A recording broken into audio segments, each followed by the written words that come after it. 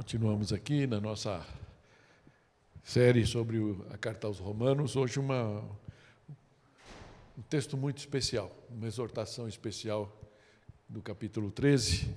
E eu queria convidar vocês a que a gente comece já com a leitura dos versículos 8 a 14, que é a base da nossa leitura, da nossa reflexão hoje. Amém?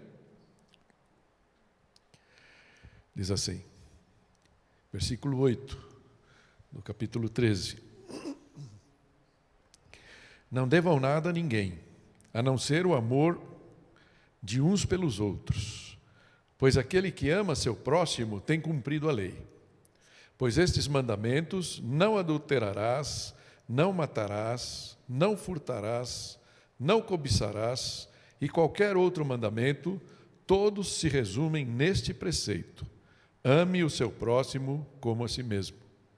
O amor não pratica o mal contra o próximo. Portanto, o amor é o cumprimento da lei. Façam isso compreendendo o tempo em que vivemos. Chegou a hora de vocês despertarem do sono, porque agora a nossa salvação está mais próxima do que quando cremos. A noite está quase acabando, o dia logo vem. Portanto, deixemos de lado as obras das trevas e vistamo-nos da armadura da luz. Comportemo-nos com decência, como quem age à luz do dia, não em orgias e bebedeiras, não em imoralidade sexual e depravação, não em desavença e inveja. Pelo contrário, revistam-se do Senhor Jesus Cristo e não fiquem premeditando como satisfazer os desejos da carne. Amém?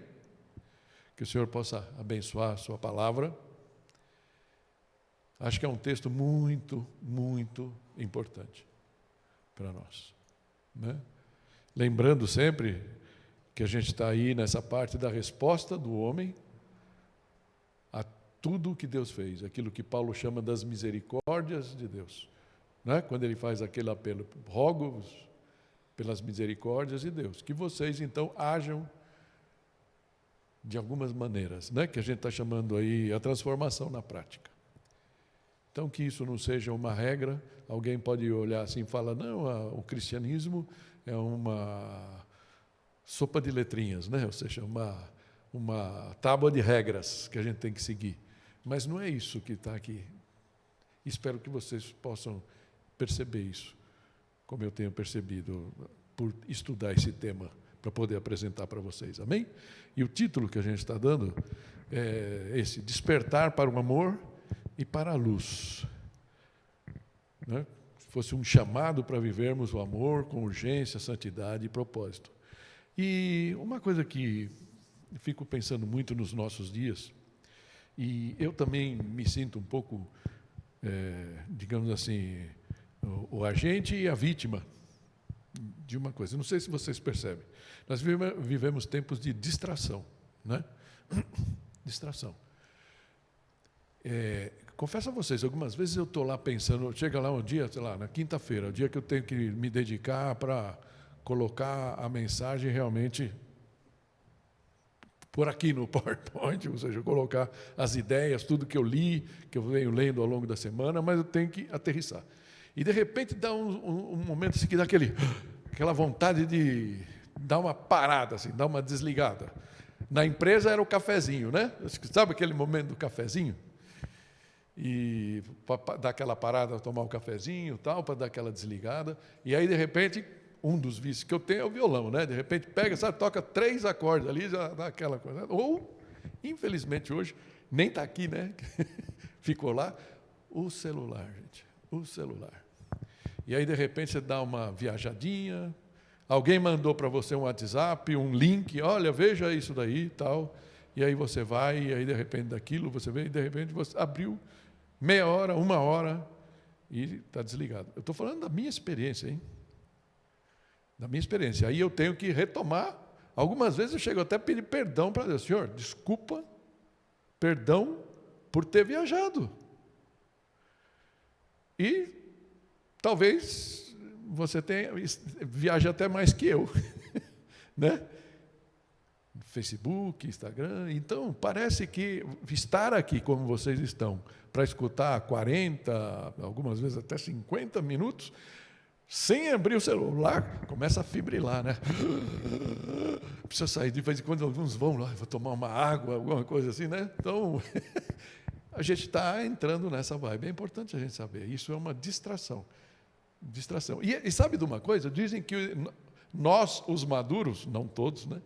Os maduros aqui, como eu, os jovens mais maduros, estamos mais ligados no YouTube, por exemplo, do que os próprios jovens. Então, é uma coisa para a gente alertar. Vivemos dias de distração, de entretenimento, né? E vivemos também dias de superficialidade. Já há algum tempo, eu lembro, antes da pandemia, a gente fez algumas pregações falando disso, né? Tem um Zygmunt Bauman, né? Que é um filósofo, né? Alemão, e ele fala justamente disso, dos relacionamentos líquidos. Aquilo que, no meu tempo, pelo menos, eram os colegas, que você tinha uma diferença bem clara, né, entre amigos e colegas, né? Amigo era aquela meia dúzia que você tinha, que era próximo mesmo. Os colegas eram aqueles do trabalho, da escola, tal. Colegas.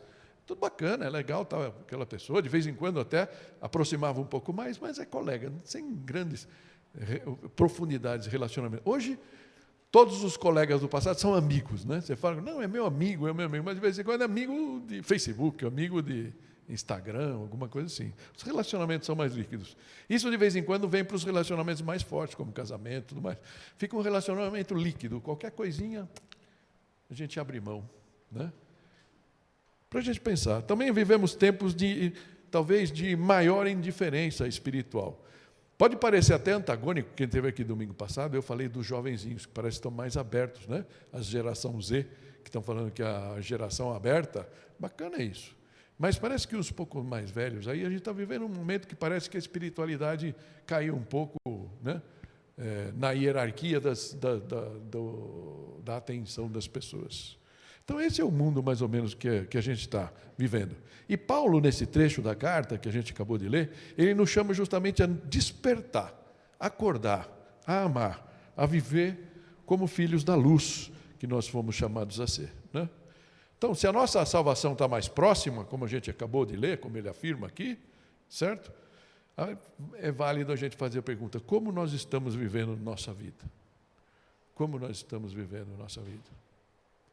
Gostaria, então, de convidar vocês a essa jornada hoje, a gente poder aprofundar esse tema no nosso coração. Vamos orar, então? Pai, eu queria, nesse momento, te agradecer por nós que estamos aqui e por aqueles que, em algum momento da semana, se dignarão, Pai, a abrir o YouTube para escutar essa mensagem, Senhor. Fala ao nosso coração. Nos ajuda nessa manhã aqui a discernir e compreender a urgência do tempo que a gente está vivendo, Senhor, a centralidade do amor na nossa vida, que parece que a gente de vez em quando esquece disso, Senhor, do Teu mandamento, que como seguidores de Cristo nós precisamos viver isso na nossa vida, Senhor, e a necessidade de vivermos em santidade, revestidos da luz de Jesus. Esse é o nosso pedido, Senhor. Em nome dEle, Pai, em nome de Jesus, nós oramos. Amém. Bem, eu queria dividir esses poucos versículos, na verdade, né? Dessa forma, né? Despertar para o amor e para a luz. A primeira parte, né? Os primeiros 2 versículos aí, a essência da vida cristã, que ele fala justamente do amor. Depois o tempo de despertar e entre as trevas e a luz. Começando então pelo primeiro, a essência da vida. Ele começa logo no versículo 8, dizendo assim, não devam nada a ninguém, a não ser o amor uns pelos outros. Vamos pegar essa parte que está aí em destaque. Não devam nada a ninguém. Talvez você seja um bom pagadora, e tenha suas dívidas todas bem administradas, liquidadas no tempo certo, não deve nada para o governo, não deve nada para ninguém, certo? Ou talvez você tenha algumas dívidas que são difíceis de pagar. Talvez você esteja carregando dívidas, na verdade, que são resultado de uma administração não tão organizada das tuas finanças. Cartão de crédito é uma questão bem complicada.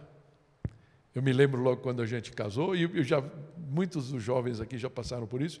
Casam, lua de mel, vão com o cartão de crédito, aquela primeira viagem juntos. Quando volta, tem que pagar, né? Tem que pagar. E aí o salário entra de férias, já gastou o dinheiro das férias, e aí fala, meu Deus, qual é que eu vou fazer? Primeira coisa que sofre é o dízimo. Ai, não dá. O dinheiro foi embora. Não é? Uma realidade com a qual muitos de nós já se passou. Talvez você ainda tenha dívidas que talvez você não se sinta assim naquela obrigação de pagar, porque o teu credor tem que dar um jeito. Mas eu queria que você soubesse que não é essa a postura correta do cristão, de um verdadeiro seguidor de Jesus. E Paulo, de uma forma muito simples, deixa isso claro aqui. Não é? A ninguém devam nada, não fiquem devendo nada a ninguém, ok? Mas, na verdade, Paulo está apontando para um outro tipo de dívida. O texto, então, segue dizendo aí, essa outra parte, né? A não ser o amor de uns pelos outros. Então, parece que é uma dívida de amor ao nosso próximo. Nós devemos amar uns aos outros. A gente falou disso um pouco na semana passada, retrasada, e a gente vai falar um pouco, quando fala, né, o amor na prática. O amor na prática. Paulo fala até para a gente amar os nossos inimigos. Então a gente sente que ele não está falando de um sentimento, ele está falando de uma ação, de um ato de escolha nosso, tá? Então nós devemos amar uns aos outros. E o amor como uma dívida contínua, que nunca é totalmente pago. Por isso ele fala, a ninguém fiquem devendo nada, a não ser o amor uns pelos outros, que a gente sempre está em dúvida.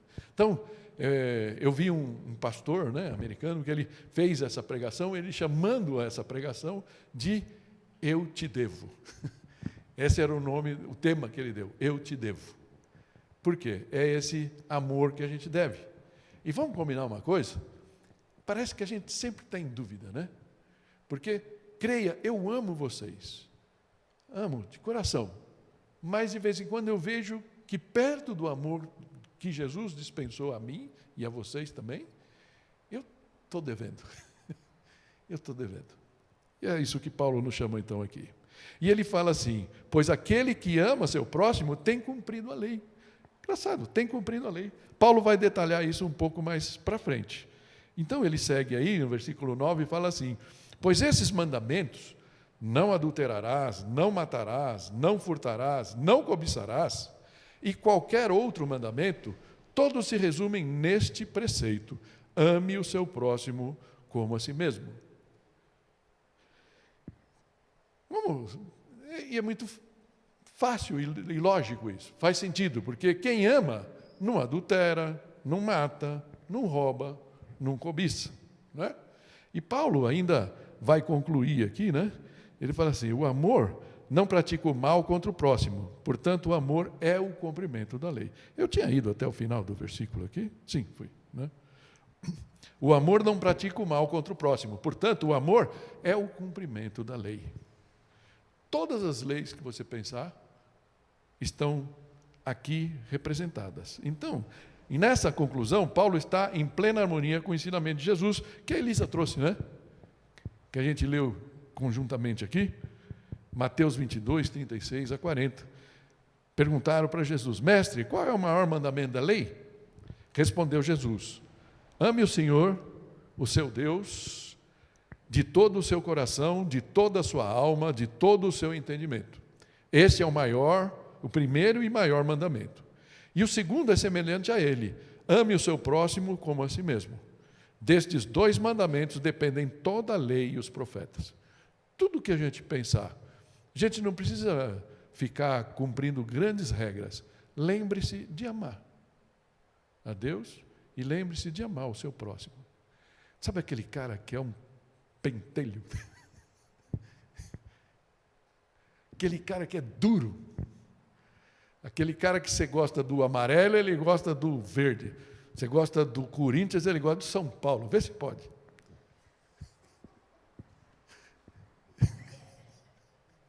Eu gosto de cutucar com uma pessoa que está lá no fundão.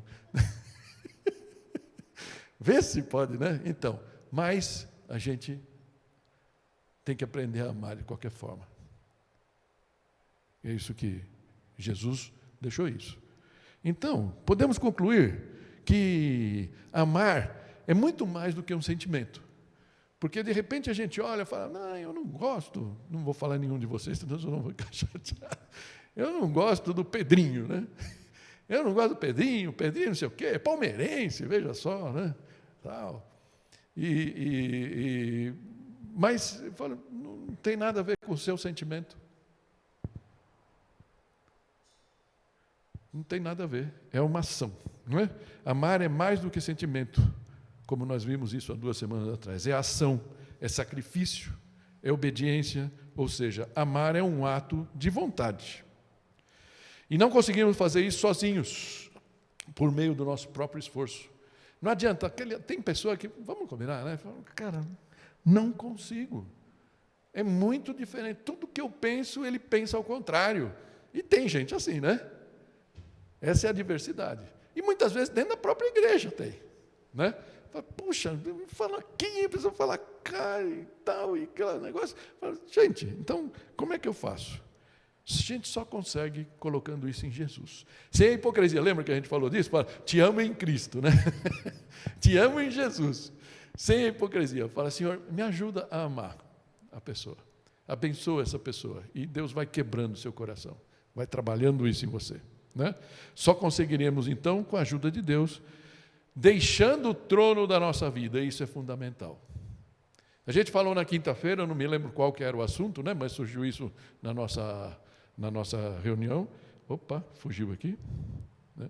E tem coisas que a gente só consegue se a gente entender que nós não somos o último biscoito do pacote. Eu lembro, logo quando eu me converti, tinha, inclusive nos nossos livrinhos de discipulado tem lá, tem um coração com um trono no meio.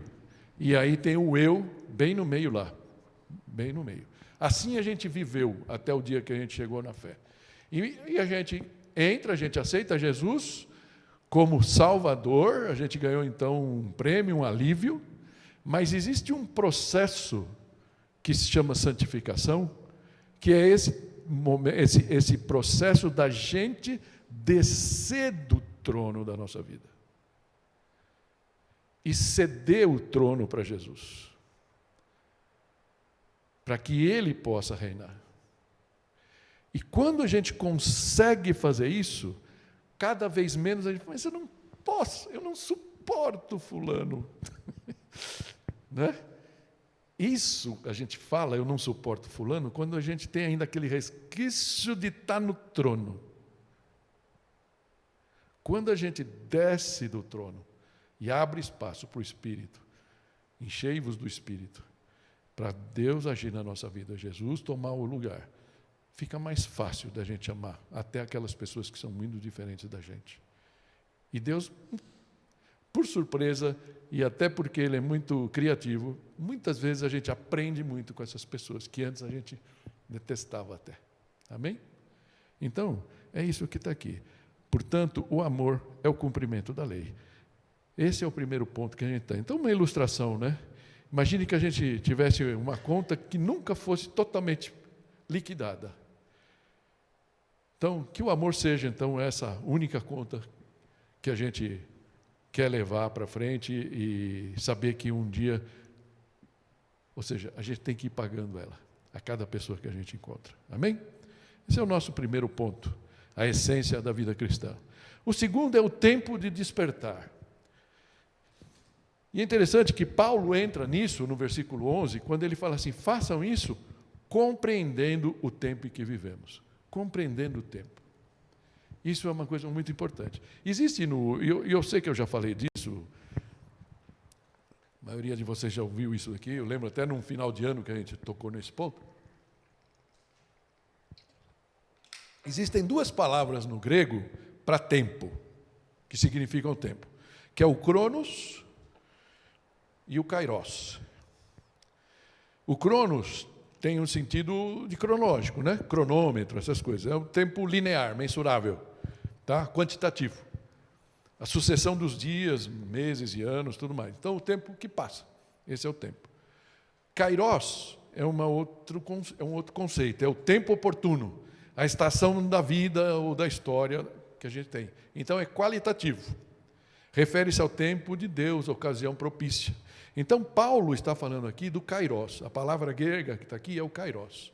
Certo? É como Paulo falasse assim, compreendam a estação da vida que a gente está vivendo. Qual é o momento que a gente está vivendo? É isso que ele fala aqui. Ok? Então, aqui, kairos não é apenas um momento qualquer, mas um momento específico. E é carregado de significado espiritual. Por isso Paulo está trazendo aqui. É discernir esse tempo, nos ajuda então a decidir, a agir corretamente, nos dá o sentido de urgência para a nossa missão como povo de Deus. Veja como Jesus definiu isso daqui. Ele define esse kairos sem citar a palavra tempo. Lucas 21, 28 a 31, diz assim: ele lhe contou uma parábola. Observem a figueira e todas as árvores. Quando elas brotam, vocês mesmos percebem e sabem que o verão está próximo. Assim também, quando virem essas coisas acontecendo, saibam que o reino de Deus está próximo. Eu acho que Deus vai despertando dentro da gente uma sensação de que a volta dele está próxima. A gente olha as coisas que estão acontecendo e fala, puxa, Paulo ele vai falar uma coisa interessante, ele fala, nossa salvação está mais próxima do que antes, né? E é verdade. Paulo escreveu isso há 2000 anos atrás, mais ou menos, então nós estamos 2000 anos mais próximos da volta de Jesus do que quando ele escreveu. Mas a gente tem essa sensação, né? Ou seja, isso aqui ele está falando de um tempo que está entre a primeira vinda, quando Jesus veio e viveu entre nós, viveu entre os homens, revelou a vontade de Deus, revelou o Pai, né? Jesus revelou o Pai. A gente vê isso na oração do Pai Nosso, no Sermão do Monte e tudo, e conquistou para nós a salvação, morrendo na cruz, com o seu sangue. Esse, então, foi o primeiro momento. A partir daí, todos nós começamos a esperar a sua segunda vinda. Ele voltará para concluir o plano de salvação e de vitória contra o mal e contra a morte, que é o nosso maior inimigo. E cada pessoa que a gente conhece que falece, a gente sente isso também no coração, né? Que é o nosso maior inimigo, a morte. Então, por isso que o chamado dele é, então, vivam como quem entende isso. Por isso ele vai seguir no texto, dizendo assim, chegou a hora de vocês despertarem do sono, porque agora a nossa salvação está mais próxima do que quando cremos. Interessante. Fala, mas eu não fui salvo. Eu não fui salva. Aqui ele está falando de uma coisa, de um conceito que é interessante. É o já e o ainda não. Né? Ou seja, chegou a hora de despertarmos do sono. Despertar do sono espiritual. Paulo convoca os cristãos aqui a saírem da letargia, pois o tempo oportuno já chegou, né? O kairos exige vigilância e prontidão. Esse sono representa indiferença, comodismo, distração com as coisas do mundo e apatia. Lembra que eu falei de um termo, assídia, que é justamente isso. Essa coisa que a gente entra, parece num tubo, fala, parece que Jesus vai demorar ainda, então eu posso dar aquela relaxada, eu posso ficar vendo minha novela, eu posso entrar naquele mundo que a novela quer impor para a minha vida, né?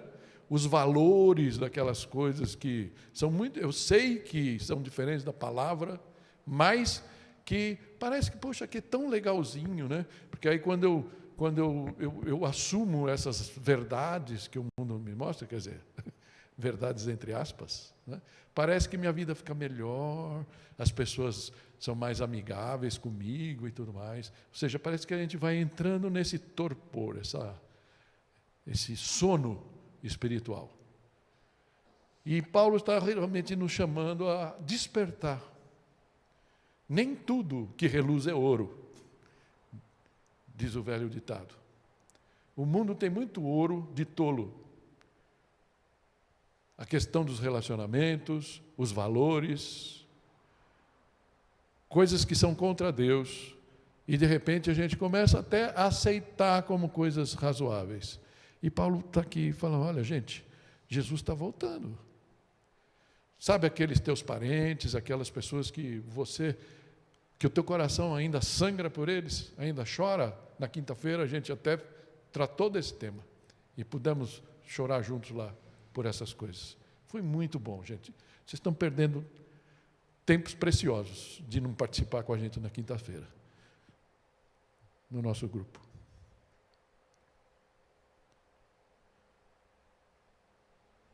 Uma pergunta importante para reflexão. Se Cristo voltasse hoje, como Ele encontraria você? Desperto? Distraído? Dormindo? Como Ele te encontraria? Mas seguindo aqui no nosso texto. Ele fala, porque agora a salvação está mais próxima do que quando cremos. Já falei um pouco disso, né? Então acho que a gente pode seguir para frente. É interessante só você pensar numa coisa, a diferença do já e do ainda não. Fala assim, fomos salvos, estamos sendo salvos e seremos salvos. Por isso Paulo está falando aqui, a nossa salvação está mais próxima. Mas eu não estou salva, eu não aceitei Jesus, não fui batizada, né? Sim, foi salvo. O que aconteceu ali naquele momento? Nós fomos salvos da culpa do pecado, que a Bíblia chama da justificação. Amém? Fomos salvos. Mas agora nós estamos sendo salvos do quê? Do domínio e do poder do pecado. Ele ainda não comanda a gente de vez em quando? Não nos derruba o pecado? Então, a ideia é que cada vez menos ele tem a força para nos derrubar. Esse é o processo que a Bíblia chama de santificação.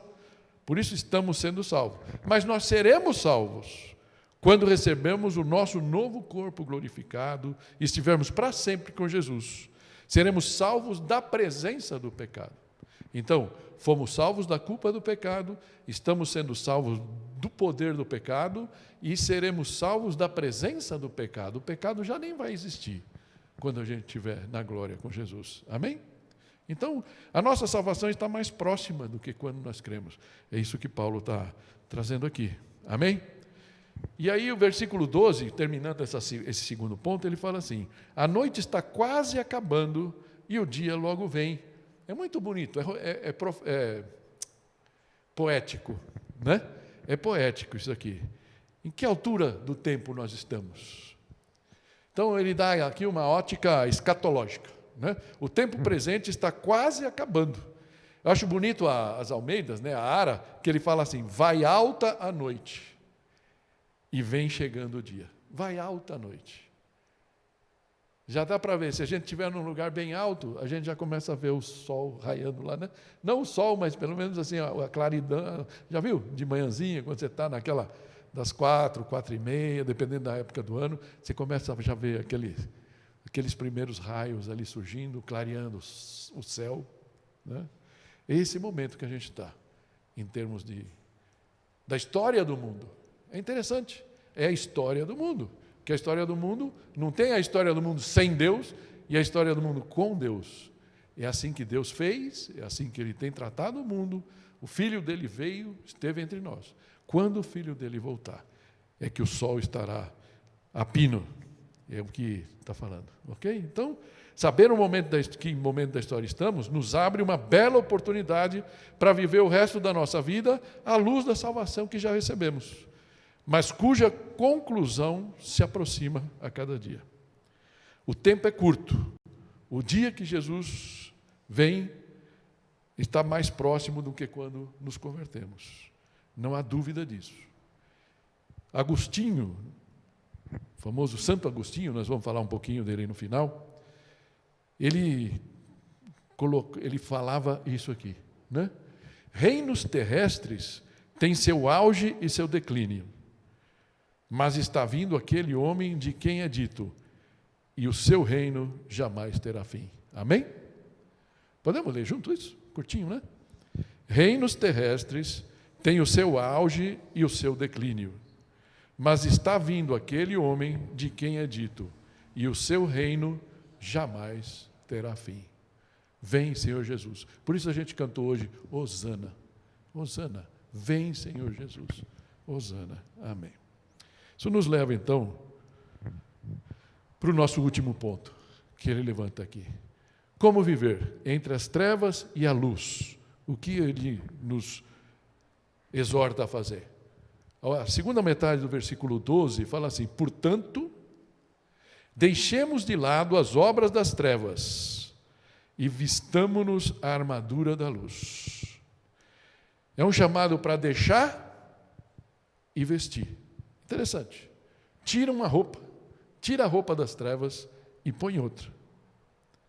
Aqueles que tem um teólogo, né, Jeffrey Wilson, que ele escreveu assim: aqueles sobre os quais o sol da justiça raiou devem abandonar os antigos desejos pertinentes à sua ignorância ou ao tempo da sua ignorância, quando a gente não conhecia a vontade de Deus, e vestir a armadura da luz.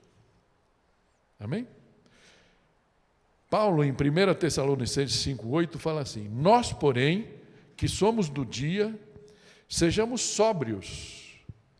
Eu gosto dessa palavra, sóbrios, vestindo a couraça da fé e do amor e o capacete da esperança da salvação. Eu trouxe uma frase no passado, e eu ia fazer uma brincadeira com vocês. Alguém mandou, não me lembro, eu até compartilhei no grupo da família. Sabe quem é o John Wick? Já ouviram falar do John Wick?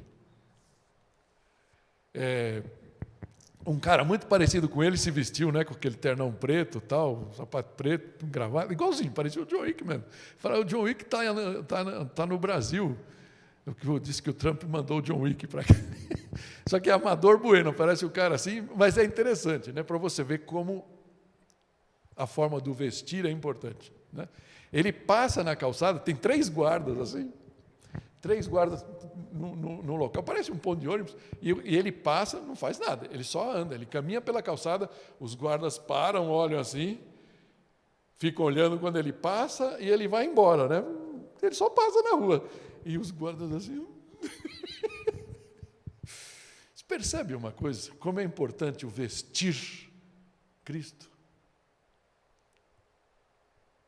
As pessoas têm visto Cristo em você? Da forma que você atua?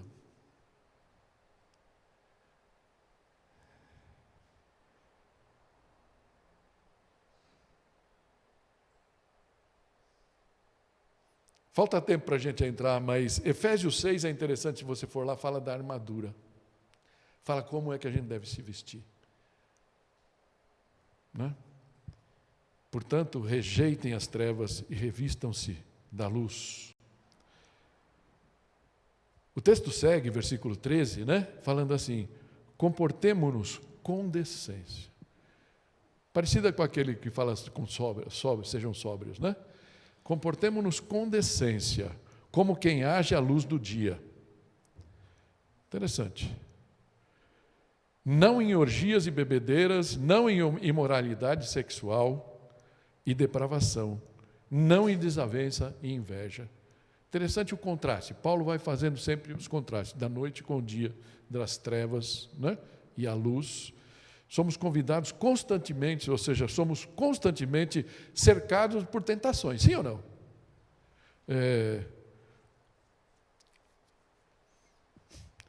Interessante, o falecido pastor Ari Veloso, né, na Batista do Morumbi, ele resumiu isso, né, no comentário dele de uma forma legal e eu queria compartilhar com vocês. Ele fala assim, tudo pode começar num happy hour, por exemplo, numa roda de cerveja depois do trabalho, um romance furtivo com uma nova colega de trabalho, uma relação sexual casual, isto é, fora do casamento, ou mesmo num site de vídeos e encontros especiais. Lógico que no tempo dele não tinha o YouTube, essas coisas, né? Isso aqui foi adicionado por mim. Ele fala, a mensagem do mundo nos diz que não há nenhum dano nessas práticas. A gente vê isso nas novelas, né? nas séries que a gente assiste. Porém, Paulo nos diz que há sim. Há. Se você fizer viver para estas coisas, não poderá cumprir aquilo que Deus tem para você. Vivendo dessa forma, você não poderá, não conseguirá amar as pessoas, nem conseguirá amar a si mesmo. Percebeu já que um cara que é adúltero, um cara que tem um relacionamento fora do casamento, primeiro, ele não pode ser transparente com a esposa dele, ele tem que mentir, ele não ama a ela, amar ela é feio, né? Não a ama, né? Para ficar mais bonito, né? Certo? Da forma que ele vive, porque ele está. E com essa outra pessoa, ele está mentindo. Aquele papo, né, que a gente vê em todos os filmes, né? Fala, não, mas ele falou que ele estava vivendo mal com a esposa, ele ia deixar a esposa. Né? Essas coisas que normalmente se faz. No fundo, não está amando, não pode amar. Não pode viver o que Deus está vivendo. Isso é só um caso. Mas pegue qualquer outro aí. Né? Os pecados que nos afastam de Deus. Vivendo dessa forma, você não poderá amar as pessoas, nem conseguirá amar a si mesmo, muitas vezes. Porque muita gente no nosso mundo vive deprimido, com coisas assim, e se você for a fundo, por favor, não quero ser mal interpretado, a gente já teve muitas discussões sobre essa. Depressão tem muitas causas, né? Mas muitas vezes, algumas causas de depressão são coisas assim, da pessoa... Talvez por estar andando muito longe dessa convite que o Evangelho nos faz, de viver o tipo de vida que o Evangelho nos convida, e ficam deprimidos, passam mal, não entendem, ficam com bronca das pessoas, muito mais as pessoas que estão próximas, né, que é muito triste isso acontece. Então, e fala assim, ele termina, né, o Ari Veloso, falando assim, você destruirá outras pessoas, além de destruir-se a si mesmo. Pensa no caso do adúltero. Tantos outros. Amém? Então, é interessante aqui. Por isso, o próprio Paulo, ele começa, né, versículo 12, aquela parte final lá, nossa resposta do homem, versículo 12, 2, o que ele fala lá? Não se amoldem ao padrão deste mundo, mas transformem-se pela renovação da sua mente. Ou seja, ele está deixando isso muito claro. E aí ele... Deixa eu ver uma coisa só aqui. Eu estou dando uma corridinha aqui só para ver na minha cola aqui o que...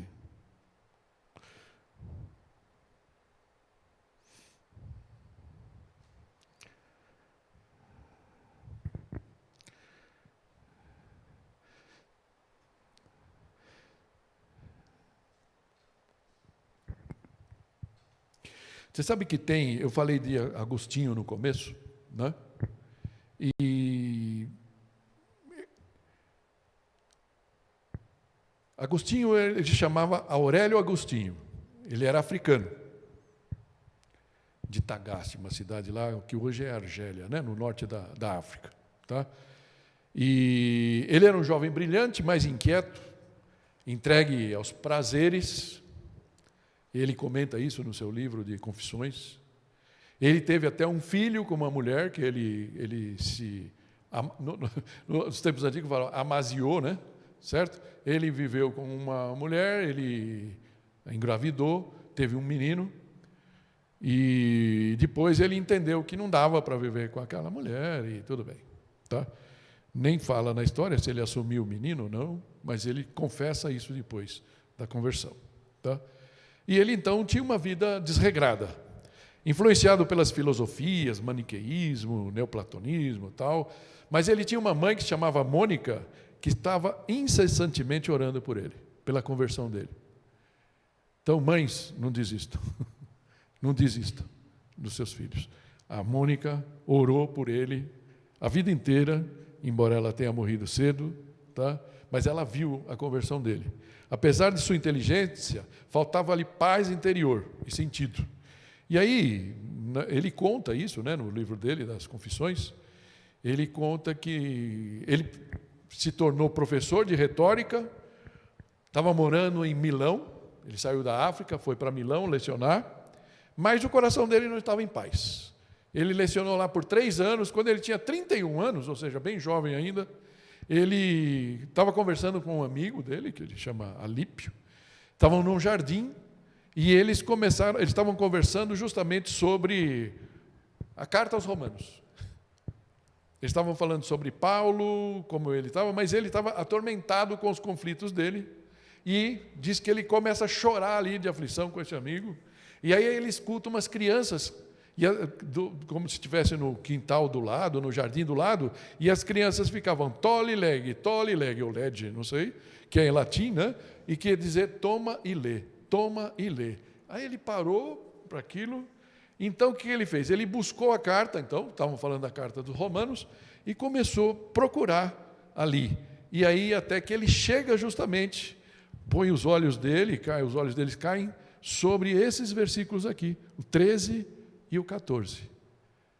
Comporte-se com decência, como quem age à luz, não em orgias e bebedeiras, que era exatamente o que ele fazia, né? Então, o que acontece? Ele sentiu que essas palavras eram para ele. Essas palavras levaram ele, então, a um fechamento daquele ciclo de vida desregrada, insatisfação da busca. Ele entendeu que ali ele tinha encontrado aquilo que ele buscava. As coisas que haviam dominado boa parte da sua existência. As dúvidas dele se dissiparam e ele se entregou a Cristo, sendo batizado na Páscoa daquele mesmo ano, no ano 387. Ali começa a história de Santo Agostinho, né? Tão famoso aí para a fé mesmo católica e tudo mais. E ele foi muito importante para a fé protestante, porque tudo que ele levantou acabou sendo meio que inspiração para Lutero, para Calvino, para toda a turma da Reforma. Tá? Então, esse é o que aconteceu aqui com Calvino, com Agostinho. O que a gente pode ver? Mas antes de qualquer coisa, deixa eu terminar aqui com o texto, né? Ele fala aqui, não em orgias e bebedeiras, não em imoralidade sexual e depravação. Acho que isso a gente não precisa nem elaborar muito. Todos nós sabemos o que é errado, o que é certo. Tá? Mas ele fala não em desavença e inveja. E é impressionante como alguns cristãos agem como instrumento de intrigas, muitas vezes, e de desavença. Dentro e fora da igreja. Jesus fala lá em Mateus 12:30, né? Aquele que não está comigo está contra mim, e aquele que comigo não ajunta, espalha. A gente precisa tomar cuidado. Que tipo de vestimenta a gente está vestindo? A gente pode fazer uma rápida avaliação, e eu queria te convidar para você pensar aí um pouquinho assim, sobre a vida. Que efeito você exerce sobre as pessoas? Você traz harmonia ou espalha discórdia onde você está? Fofocas e divisões começam logo após a sua chegada num grupo? Pensa nessas coisas. Bem? E essa parte, esse trecho da carta de Paulo, termina com o versículo 14, quando ele fala assim, não andem, né, em orgias, em desavenças, pelo contrário, revistam-se do Senhor Jesus Cristo. Não do John Wick, né? Do Senhor Jesus Cristo. E não fiquem premeditando como satisfazer os desejos da carne. Interessante isso. Revestir-se de Cristo, viver como Ele, pensar como Ele, agir como Ele. E para isso a gente precisa ler a palavra, precisa saber o que Ele pensava. Mais uma vez eu faço o convite a você. Pega lá Mateus 5, Mateus 6, Mateus 7. Tem um bom indício daquilo que estava no coração de Jesus, Sermão do Monte. Né? E as suas parábolas e tudo o que ele foi trazendo. Revistam-se dessas coisas. E é interessante quando ele fala que não fiquem premeditando como satisfazer. Nossos pensamentos nos derrubam. Eu falo aqui para... olha que coisa, somos minoria os homens aqui, né? De todas as idades, certo, Davi? Né? Presta atenção nisso. Como Paulo te conhecia. Como Paulo nos conhecia. Paulo se conhecia. Né? Não fiquem premeditando como satisfazer os desejos da carne. Você percebeu que todas as vezes que você cai, você premeditou? Você pensou antes. E depois foi barranco abaixo. Uma vez pensado, ninguém segura. Faz sentido? Por isso, Paulo, em 2 Coríntios 10, 4, 5, ele fala uma coisa importante. Também ele estava numa briga lá com os coríntios, né? Ele fala assim: destruímos argumentos e toda pretensão que se levanta contra o conhecimento de Deus. E levamos cativo todo pensamento para torná-lo obediente a Cristo. Começou a pensar, puxa vida, estou aqui em casa. Eu acho que a melhor figura disso daqui é Davi, de pança cheia, Davi, o rei Davi, pança cheia, imagina, né? Almoço de rei. Aí ele sai no terraço, está ali olhando, coçando a barriga, olhando, pegando um solzinho, fica olhando lá, será que tem alguma coisa interessante para eu olhar? E de repente ele vê uma moça tomando banho, linda, Batseba. Acabou. Foi barranco abaixo. Né? Queridos homens, e acho que mulheres também, cuidado com os seus pensamentos. Por isso Paulo está falando aqui, levamos cativo todo o pensamento para torná-lo obediente a Cristo. Amém? Então, não fiquem premeditando. Nossos pensamentos nos derrubam antes mesmo de executarmos a ação pecaminosa. Por isso é preciso uma decisão pessoal de freá-los, ou melhor, de direcioná-los, conforme Paulo nos ensina aqui. Uma aplicação prática para nós aqui, já terminando, né? Examine sua vida. Há áreas que ainda estão nas sombras. Decida hoje se revestir de Cristo. Isso muda tudo. Amém? O último texto que eu queria compartilhar com vocês está em Tito 2, 11 e 13, que fala assim: porque a graça de Deus se manifestou salvadora a todos os homens. Ela nos ensina a renunciar à impiedade e às paixões mundanas, e a viver de maneira sensata, justa e piedosa nesta era presente, enquanto aguardamos a bendita esperança, a gloriosa manifestação do nosso grande Deus e Salvador, Jesus Cristo. Amém? Renunciar à impiedade, renunciar às paixões mundanas. Amém? Eu que já falei aqui do Agostinho,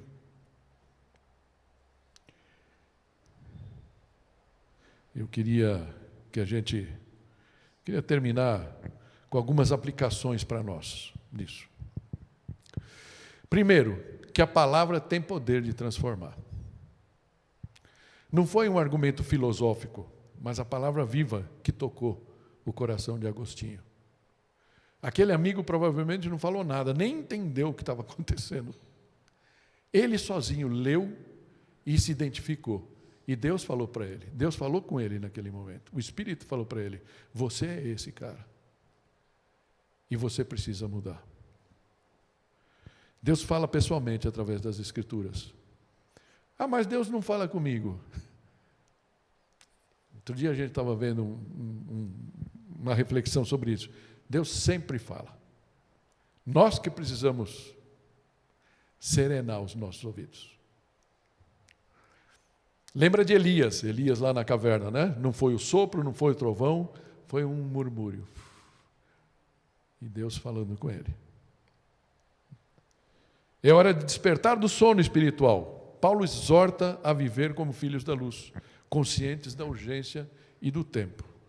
A conversão não é apenas um momento, mas um chamado contínuo à santidade. Amém? E o convite aqui é para a gente revestir-nos, né? Nos revestirmos de Cristo. Paulo exorta a viver como filhos da luz, conscientes da urgência do tempo. A verdadeira mudança vem quando nos dispomos de nós mesmos. Nos despimos de nós mesmos, e das obras da carne que nos vestimos. Agostinho abandonou sua antiga vida e abraçou a fé com radicalidade e se tornou um grande homem da fé. Que conclusão que a gente pode tirar dessas coisas? Talvez você, fecha teus olhos, vamos orar. Queria te fazer um convite. Assim como Agostinho, muitos estão inquietos, buscando um sentido. A palavra de Deus ainda fala hoje. Toma e lê. Escute o convite que Deus faz a você hoje. Deixe-se transformar pela palavra. Revista-se de Cristo. Lembre-se, Ele está sempre batendo a porta do nosso coração. E viva como um filho e filha da luz. O tempo é agora. O chamado é claro. Ame como Cristo, desperte do sono e viva na luz. Não há espaço para neutralidade. Ou estamos despertos, ou adormecidos. Amém? Você está pronto, está pronta para viver como uma filha, filho da luz? Há algo que precisa ser deixado hoje? Vamos orar. Pai, nós queremos te agradecer, porque nenhum de nós, em sã consciência, pode dizer, depois desse texto que nós vimos aqui, Pai, dizer que não sabemos qual é a tua vontade. Pai. Quando Paulo falou lá no capítulo 12, quando ele fala: façam isso, entreguem-se como sacrifício vivo, para que possam experimentar a boa, agradável e perfeita vontade de Deus. E ele passou a relatar essa vontade. Como é essa vontade? E aqui lemos uma porção importante, Senhor. Por isso nós pedimos, Pai, ensina-nos a amar, Senhor. Amar, Pai, aqueles nossos amigos, aquelas pessoas que pensam como nós, é a coisa mais fácil, Senhor.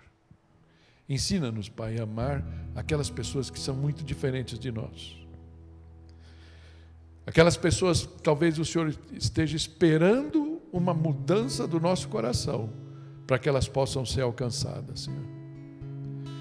Como nós lemos aqui, Pai, nós não somos o seu coração, não somos a sua mente, o Senhor é o cabeça da igreja, Senhor Jesus.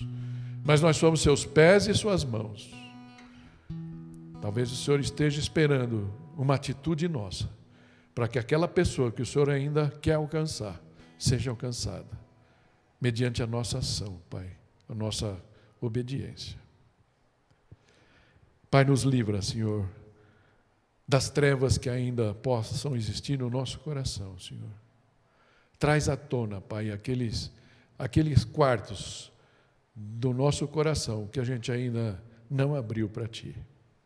Que a luz do Evangelho, Senhor, a luz do Senhor Jesus, possa inundar, clarear todos os cantos, Senhor. Perdoa-nos, ó Pai, por aquelas coisas que ainda resistimos em seguir a Tua orientação, a Tua vontade. E que possamos ser, nesse mundo, Pai, realmente luzeiros.